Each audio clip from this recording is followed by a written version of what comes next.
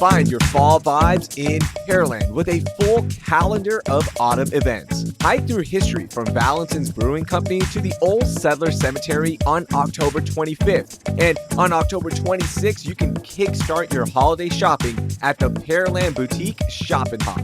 And enjoy curated menus for a cause the entire month of November for Pearland Restaurant Weeks. Discover Pearland this season, where charm and hospitality meet unforgettable experiences. Get all the details on these events and more at visitpearland.com/to-do. Celebrate Houston's Asian and Asian American communities at Asia Society, Texas's free night market. Eat, shop, and explore at the festival's outdoor market of 70-plus local vendors and enjoy live music, a beer garden, carnival games, and dance performances for all ages.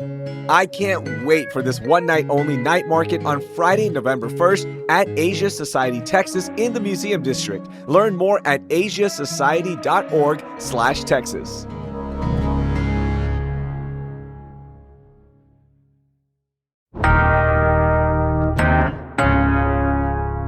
Today on CityCast Houston.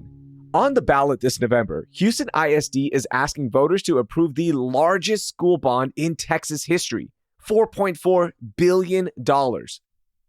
It's become the most controversial issue in HISD, and things were already pretty tense since the state took over and put Superintendent Mike Miles in charge. But at a time when Republicans and Democrats agree on very little, the local parties are united against this bond. Here at CityCast Houston, we care about civic engagement, so we're having a special debate to learn about both sides of the issue to help you make an informed decision this November. It's Tuesday, October 15th. I'm Raheel Ramzanali, and here's what Houston's talking about. I am so excited about today's conversation. And first, I want to welcome in Judith Cruz. She served on the HISD board before the state takeover. She's one of the co-chairs of the Community Advisory Board supporting this bond effort. Judith, welcome in. How are you? Good. Thank you so much for having me today. It's great to be here as part of this very important and timely conversation. Yeah, we're excited to have you on. And next, I want to welcome Traci Riley. She works in the energy industry and is the mom of 4 children, 3 who are currently in HISD. And she represents many parents who are against this bond. Traci, thank you for joining us. Yeah, thanks for having me. It's great to be here. And I echo your sentiment of thank you, Judith, for your service on the elected board and continued support of the kids in HISD. Well, just to lay out some ground rules before we get going, we will be doing this in a debate format. So we're going to start with a 2-minute opening statement from each side. And Judith is going to be going first because she won the coin toss we did right before this taping. After the opening statements, I'll ask each person a question where they will have 2 minutes to answer, and then we'll have a minute for a response from the other side. At the end, I have a question prepared for both sides to wrap things up. So let's get to it. As I mentioned, Judith, you won the coin toss. So please give me your opening statement about why voters should support the HISD bond. Thank you again. I would say our kids can't wait. The urgency has been there for quite some time. The last time that voters passed a bond was in 2012, and we are now more than 12 years since that time. Most districts, and especially districts of our size, go out every 4 to 5 years for a bond. I've had the privilege as an HISD parent to send my kids to beautiful new buildings from the 2012 bond, as well as very old buildings, including T buildings, temporary buildings that have been in existence well beyond their temporary status and have become permanent structures in HISD. As a former trustee, we talked about a bond for the 4 years that I served. And even in 2022, there was a capital steering committee that was formed. A proposal very similar to the one that is in front of us now was reported out. And so it's just, we're very much overdue. We are spending millions and millions of dollars on deferred maintenance to just keep band-aiding and keep our infrastructure in what I would call a survival mode. And even new buildings need continued maintenance, right? If you have a new car or a new house, you're kind of in the same situation. And given the weather that we have in Houston, we have to take extra precautions and extra investments to make sure that we can prepare our buildings to weather those storms. And given the security needs that exist now, and especially mandated by House Bill 3 in the 2019 legislative session, we're looking at even more infrastructure investments that are needed. So each year that goes by, the needs grow, the cost grows, and that's why our kids can't wait any longer. Thank you so much for your opening statement. And now, Traci, it is your turn. Tell me, why should voters oppose the HISD bond? Thanks, Raheel. Thank you, Judith. For me, and I think many Houstonians, there should be no argument that HISD needs a bond. I myself have advocated for a bond for many years, but right now, this is not the bond that we need in HISD. This is a bad bond. It is full of wasteful spending. It has a lack of planning through a lack of community input. And this bond proposal itself is evolving into a behemoth at $4.4 billion on its face value that evolves to $9 billion as we add in interest over time. I think that there have been many false narratives that have been given, and it's unfortunate because I think part of our greatness as Houstonians is the power of together. We have weathered so many storms and seemingly insurmountable situations that our elected board have done a good job guiding us through and being our avenue for community input. And that's what we've lost in this bond opportunity, is our option for transparency and participation. I think one of the things that Mike Miles has done, and you'll hear over and over again, is built up this huge wall of distrust within our HISD community. And it's done nothing but seemingly tear us apart. And here we come in with this bond where we've proven as Houstonians that both political parties, even though school bonds are a nonpartisan issue, Houstonians are coming out on all sides and saying this is a bad bond. Things like co-location that are words for closure. And we're not consultants selling a project. These are real people and daily lives that are being impacted. And in regard to wasteful spending, we've had a huge payroll debacle in the last week. And if we can't get things right, such as paying people, do we really want Mike Miles and his team spending $4.4 of our $1 billion in a non-transparent and wasteful way? Thank you both for the opening statement. And now we will get to some questions. But before we do that, a quick note for listeners. On the ballot, you'll see the HISD bond split into two separate items, Proposition A and B. But for the purposes of this debate, we're just going to discuss the whole package together. All right, let's start with you, Judith, because we've seen several polls talking about voters and the bond, right? And there's been a range of answers, but one thing is clear. A majority of Houston voters don't want to pay extra property taxes to fund these school upgrades. So I want to get into the numbers. The principal cost of the bond is $4.4 billion, and HISD has calculated the interest will cost another $4.5 billion. That makes the total cost almost $9 billion. That's a lot of money, but HISD says the bond won't raise property taxes if approved. How does that work? It's not adding up for me. Okay, let me explain to the best of my ability. So think about it, if you were to, if you had a car loan and you're paying interest on it and you're paying a car note every month and you were going to finish paying it off this year.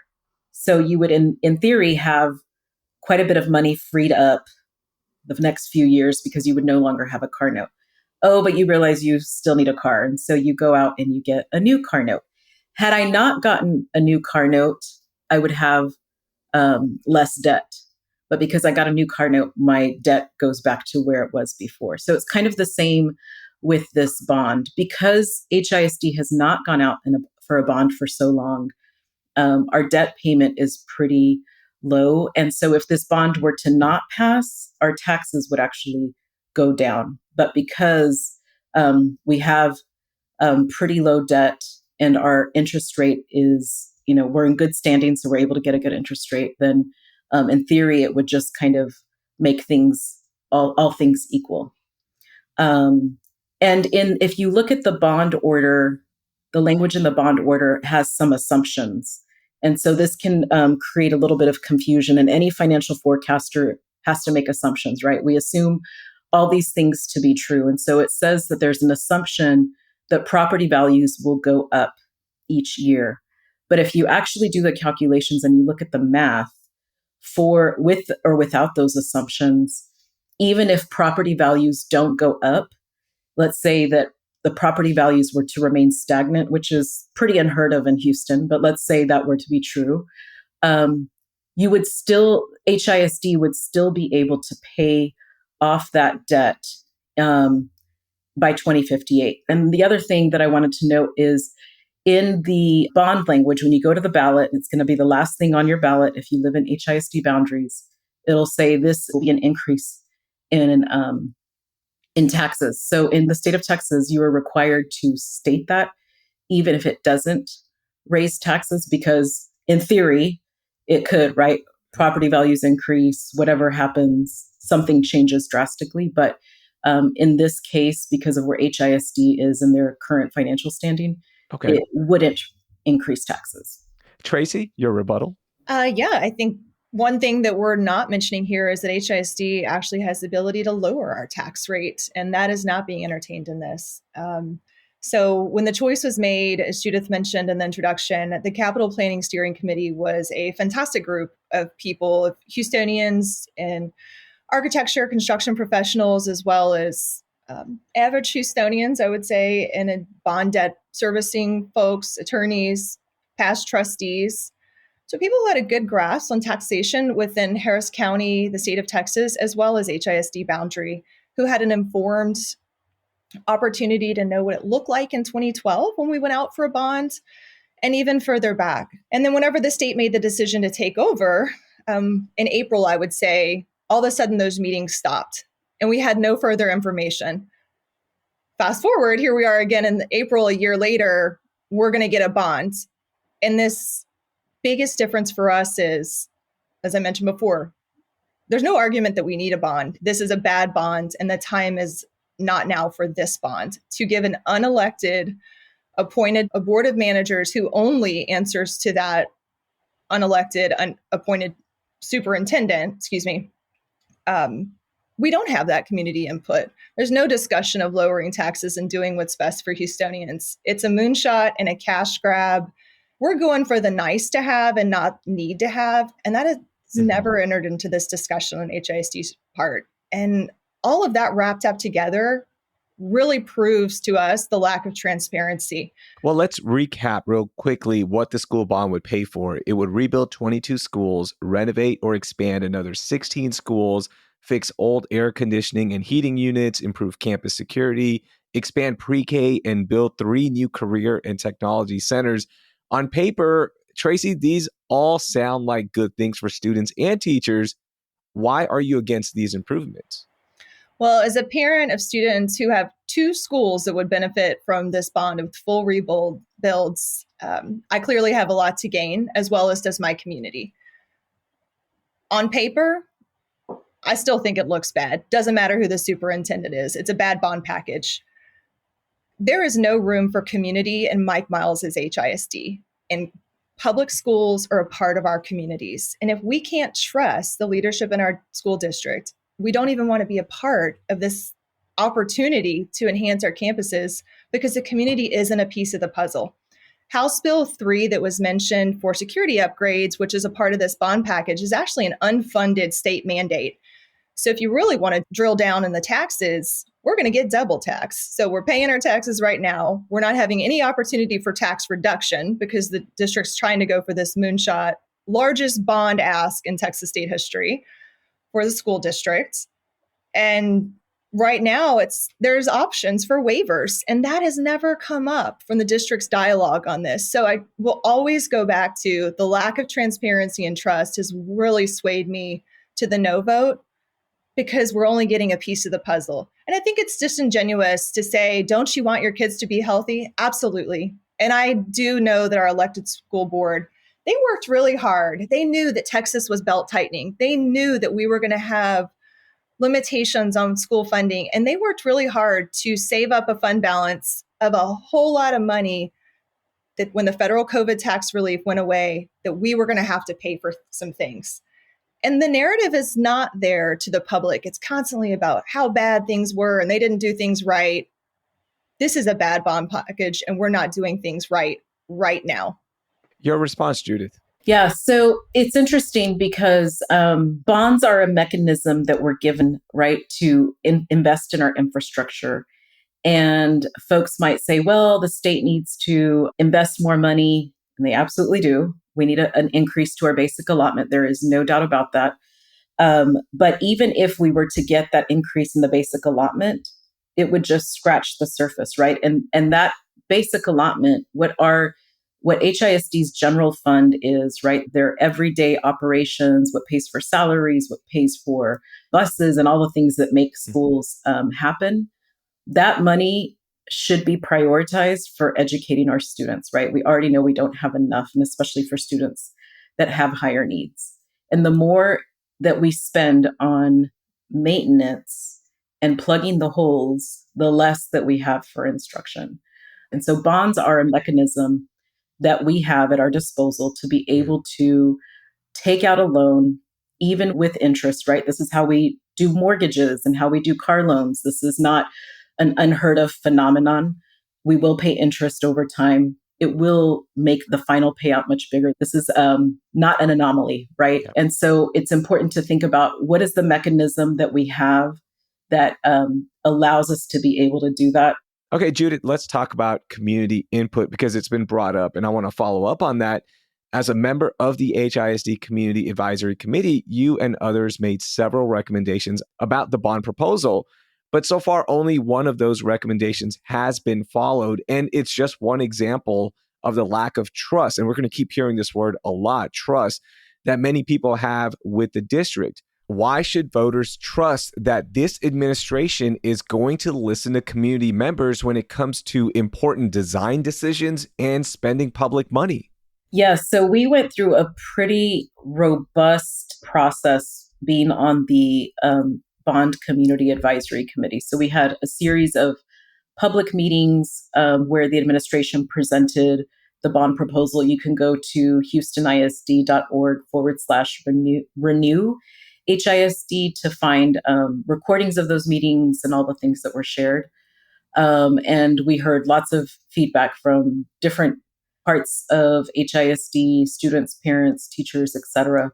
And we asked a lot of questions and went through quite a few rounds of questions. And a lot of those questions and answers are posted on that same website I mentioned. So it wasn't that there was a lack of dialogue. There definitely was, maybe not all seen in the public eye.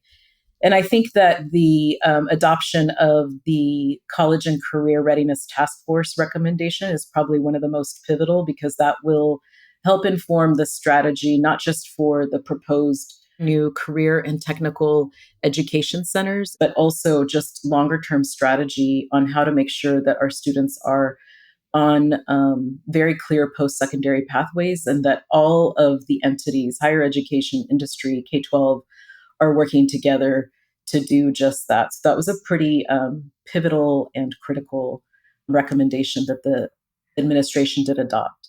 And I think a lot of the recommendations that we made that were also taken were just how to better explain and of what some of these recommendations were, provide more information, provide more transparency, provide more clarity, which is what we had been asking for pretty much through the whole process with the Community Advisory Committee. So those things definitely shifted, and I was glad to see a lot more information provided on the website and provided in meetings and continues to be. Traci, your response? Yeah, I think that the CAC, the Community Advisory Committee, did improve and did answer questions as the meetings went along, which to me goes back to the start and really hammering down that this is a bad bond. It took a community committee to come in of people that have been involved to say, hey, you know what, guys, we don't really have all the information here, and people can't understand what we're trying to communicate to them to vote for this. And so that automatically led to an era of distrust that has been since day one of Mike Miles being in Houston. No one has to wait to have things fixed. It was mentioned earlier, well, are we choosing how to rob Peter to pay Paul? We did have funds. Our elected board made good decisions in the past that set us up for success financially. We do have a good bond rating. That's a wonderful thing that we need to keep. But the poor decision making has been there through the outset. Back to that robbing Peter to pay Paul, the elementary schools that need to be fixed, the 100-year-old schools in the Heights that maybe didn't get all the right water fountains, we're overlooking them and making a choice within the Miles administration to enhance the needs of Good Reason Houston, the Greater Houston Partnership, and promote big business in a thought that it supports students and Houstonians, not all of our students. Well, that is going to be my next question, right? Because most large school districts in Texas hold bond elections about every 5 years. And as we've talked about, it's been over 10 years for HISD. It hasn't passed a bond since 2012. And this year, we've seen those AC breakdowns in August, and classrooms get so cold in winter that kids were sent home. Some campuses have reported rats, mold, and bathrooms filled with standing water. So with all of that in mind, why should voters delay upgrades when there is such a clear need? Traci? For me, it's the biggest issue is trust, that there's no taxation without representation. We've known this since the founding of our country, that it's not a good thing. We fought for it as a country to get away from the patriarchal father knows best perspective. This is 2024. We know better, and we're a community within Houston. And we have always supported our schools and students, and a bond would be really nice to have, but this is not the bond that we need right now. We can wait. Our students have been waiting, and our elected trustees did make the choice to wait because they all felt that we didn't have Houstonians' trust, that if a bond went to the ballot, it would fail. So I would ask anyone now, why now? Why last year? Why not the year before when we had all this ESSER money? We chose not to go out for a bond then. What makes you think with an appointed superintendent, and a board of managers that constantly rubber stamps a bunch of carpetbagger leadership team that are not Houstonians and haven't tried to listen to the true needs of Houstonians and frankly, campus staff, why could we trust them now? Now's not the time. We can go out next year, and whenever we have an elected board who's chosen our superintendent, that's the time to go out to a bond. Traci, let me ask you, because it could be multiple years before the state-appointed superintendent is going to move on from HISD and the elected board will be put back into place. It could be 2 years, it could be 3 years, 4 years. It just depends on the test scores, right? And what the Texas Education Agency decides. Are you willing to wait that long?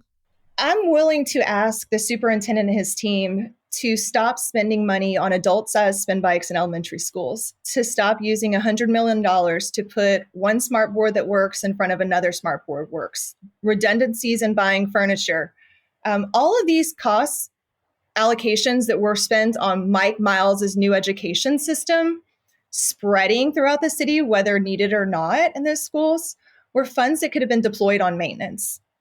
So can I wait for the right decision maker and the right team to do right by our schools in Houston? Absolutely, because we have been waiting a long time, and we are confident in our teachers and our school leaders and our city to rally support where we need it the most. We can wait. Our students are safe. Judith, your response. I think our kids can't wait. I waited 4 years while I was elected trustee for a bond proposal. Each year that goes by, the maintenance gets more and more expensive. If you look at the region, collectively, districts have invested almost $20 billion since 2012, and we have invested zero. So I think you don't need a shiny new building to be an amazing teacher and have kids learning, but it makes it so much easier when you have comfortable conditions, when there's not mold or rodents or other things that can cause unsafe and unhealthy conditions, and especially over the long period. I taught at a high school in HISD that was rebuilt in the 2012 bond. That foundation was sinking. Had the bond not passed, that school would have had to be closed because it was structurally unsound. It was so old that my AC, I could see, the unit was exposed in my room. It was so loud that it was a distraction, and the only temperature was freezing. So I am grateful that voters passed that bond and that students were able to stay in that building. And it's in a part of town that is already where the population is growing. And so had that had to close, it would have very negative effects on our schools in our district. And so I think about, yes, our students are surviving each day, but it's in very uncomfortable conditions at times.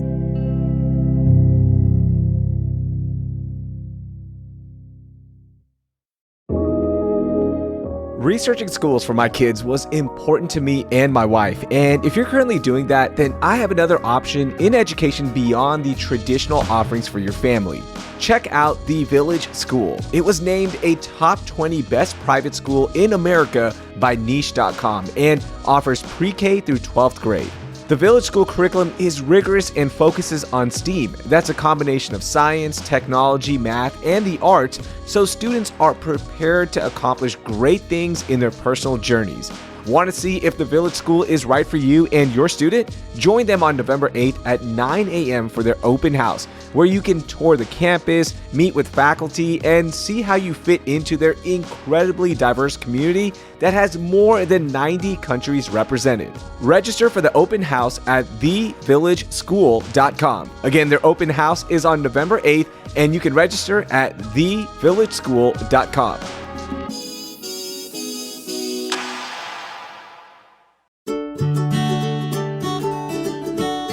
Moody Center for the Arts at Rice University connects people and ideas through free art exhibitions and events. In October, the Moody's programs include Chef Chris Shepard, origami master Kyle Fu, artist Lucy Kim, and Rice University researchers in neuroscience, anthropology, and history. The Moody is one of my favorite places in Houston to find some creative inspiration, from their incredible programs like the ones I just mentioned to all of their art exhibitions on view, and of course their public art like the Terrell Sky Space, which is even more awe-inspiring with these intense fall sunsets we're getting. Explore the intersection of art, craft, and science at the Moody. Register to attend free events at moody.rice.edu. That's moody.rice.edu. And follow them on Instagram at The Moody Arts. I'll see you at the Moody. I love a good show, and right now at Stages Houston, it's a great time to grab your crew and check out their newest production at the Gordy Theater. It's a fresh take on an iconic duo, Miss Holmes and Miss Watson, Apartment 2B. It's on stage starting October 25th through November 17th. If you're a fan of Sherlock Holmes or love a good comedy, this one's for you. You can enjoy a signature cocktail or mocktail from the Gordy Bar and be transported to a modern-day Baker Street. We hope you have a bloody good time at the theater. Get your tickets now, and for the best prices, groups of 6 or more save up to 30%. Head to stageshouston.com to get your tickets for Miss Holmes and Miss Watson Apartment 2B. That's stageshouston.com.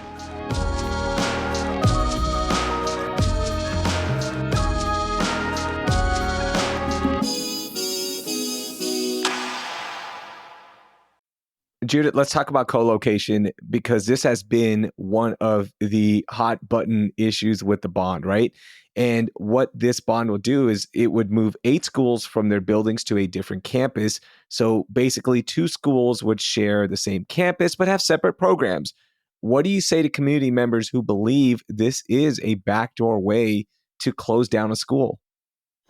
It's a delicate and complicated situation, and a part of the proposal that I personally do not take lightly.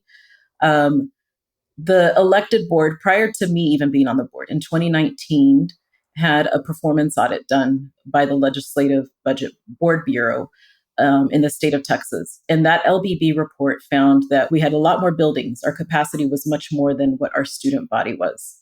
And since 2019, our enrollment has gone down. So you can imagine now we have even more building space than we actually need. So we need to do something to address it.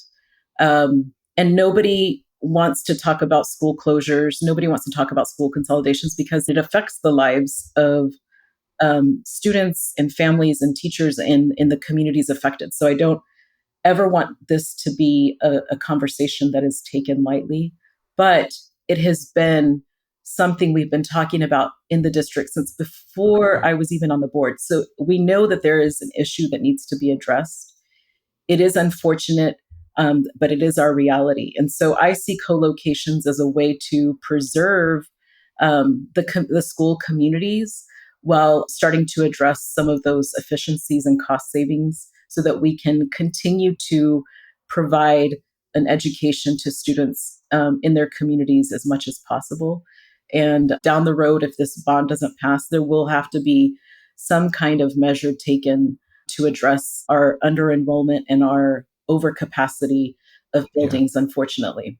Let me ask you about the Port Houston Elementary. Now, that will be moved to a new location, and the bond would still invest millions of dollars on the old buildings that will be empty. 30 seconds. Why is that? Yeah, that was a question I had too when I saw the line items. I'm like, what? I don't understand this. So my understanding is basically because most of these new builds won't happen for 2, 3, 4 years down the road. In the meantime, there still need investments have to be made for one, the security of the campus, two, HVAC and other things just to maintain the current building to be safe enough for students to go into every day. So I'm not going to lie, that was hard for me to understand. And I was like, wait, so we're investing all these millions of dollars, but then we're going to move students. But because the bond, it's doled out in buckets, right? So it's not like everything's going to happen all at once. It'll be several years. And so in the meantime, we have to make sure that students are in safe and healthy campuses. And so those investments will be made. Traci, your response. I think the whole co-location was so sneaky and building on the distrust tone that we've had from the very beginning. We do need to take a hard look at enrollment numbers and forward-looking demographics. I'm disappointed that demographer that for HISD lives in College Station. I know that numbers are numbers, but Houston's an evolving city, lots of change happening. Requiring someone to attend in person wasn't a genuine effort to involve the community in those co-location discussions. The public sessions that happened over the summer were really hard. And I applaud Judith. She made wonderful comments and everything that she just said now. She was an advocate for the Port of Houston schools and some of our marginalized communities that didn't have a chance, whether it was because of life in general, working, et cetera, couldn't be at those meetings. And it's really important that those communities participated in the process and shared the needs. But I'll go back. The disingenuous nature of the original approach, I think, was the intention. So the biggest lie in co-location is not having the word movement. You're not co-locating anything except bodies. And so not saying that you're moving or closing feels like a big trick, and Houstonians aren't falling for it.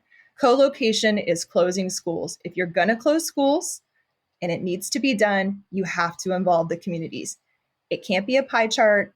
It can't be a consultancy that comes in and says, this is what looks best from up here. It has to be on the ground action. And until we get real and we involve those communities, this is back to no trust, no bond.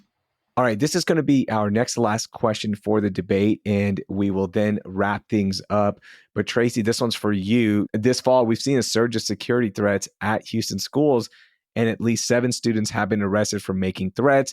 It has parents, students, and teachers on edge. Now, this bond would pump over $300 million into safety improvements like fencing and security cameras. And as Judith mentioned, some of this is now required by state law in response to the Uvalde school shooting in 2022. How can HISD keep kids safe without these security upgrades? HISD can start to keep kids safe by closing classroom doors. We've heard time and time again from teachers, they do not feel safe because Mike Miles has required teachers to have open doors, to be able to spy and walk in at any time. We drop our kids off at school with trust for our teachers, for the staff. I'm 6 feet tall. A fence is not going to stop me or anyone else who doesn't want to do the right thing. And while I understand the thought process, it's not what we need. We need to start by closing doors. That's free. And it's something that time and time again, Miles has chosen not to do. We're going to upgrade doors. We go through all these cycles of saying what we need to have. And it's been mentioned again and again. Let's get back to basics. Let's be thoughtful. Let's collaborate with our community. Same thing for the camera systems and the coordination. How are we engaging our staff on campuses and allowing them to be a part of the solution as the on the ground team versus coming up with strategies that maybe aren't effective for each campus? And this holistic approach never works. With all of our campuses have their unique needs. Back again, House Bill 3 was passed in response to Uvalde as an unfunded mandate.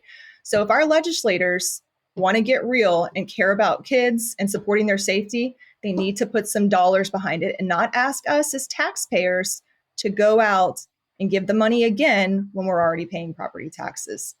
Judith, your response. Yeah, I wish, again, that the state had funded this mandate and would fund our public schools at a much higher rate. But here we are, and we have the responsibility as Houstonians to decide whether or not we want to keep our students safe. And whether or not the classroom doors are closed or open, we have to start with the most exterior things, right, to make sure that our students are safe. So if there's no fencing, which serves as a big deterrent, and if there's no single point of entry, right, it's just very easy for anyone to walk in and access our buildings. And whether or not a kid is in a classroom, right, there might be kids in the hallways, right? We need to make sure that we're keeping all students safe at all times. And that price tag of $380 million of just the immediate need that the security audit found, I don't know where we would get that kind of money. We can't take that from our general fund. That's a pretty significant chunk. So whether or not HB3 had passed, I would hope that as Houstonians that we want to keep our children as safe as possible in buildings. Raheel, can I add to that real quick? Go ahead. The price tag mention of $380 million, where would we get that from? That money has already been spent by Miles' administration. It was in the general fund. We had it. So when we spent $100 million on redundant furniture, we spent $500,000 on a musical to kick off.